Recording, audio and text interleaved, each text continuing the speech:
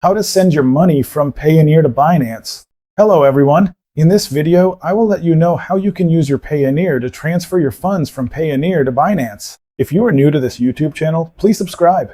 So first of all, go to the Binance app, and if you look at the bottom right corner, you can see there's a button known as Wallets. Click on that and you will appear it. You'll go to this screen. So it gives you different options, like adding your money to Binance using the P2P method.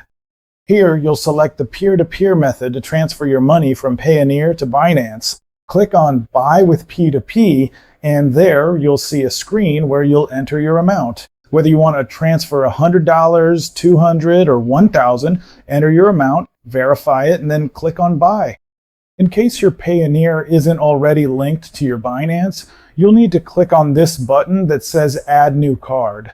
When you click on this, you'll see a page where you can add all your Payoneer card details and then click Confirm. After clicking Confirm, just repeat the same process I mentioned earlier. That's how you can send your money from Payoneer to Binance. If you have any questions, you can comment below, and if you're new to this YouTube channel, don't forget to subscribe.